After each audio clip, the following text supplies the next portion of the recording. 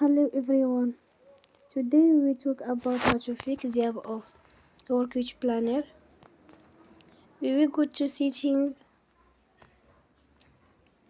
then we click on apps. After that we will search the app Workage Planner and we click. Then you will on for stop.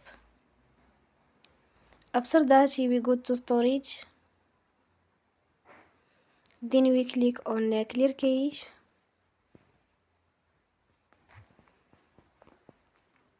You will go to Play Store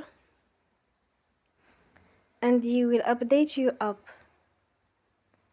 Don't forget to support us by like and subscribe. See you next time and thank you for watching.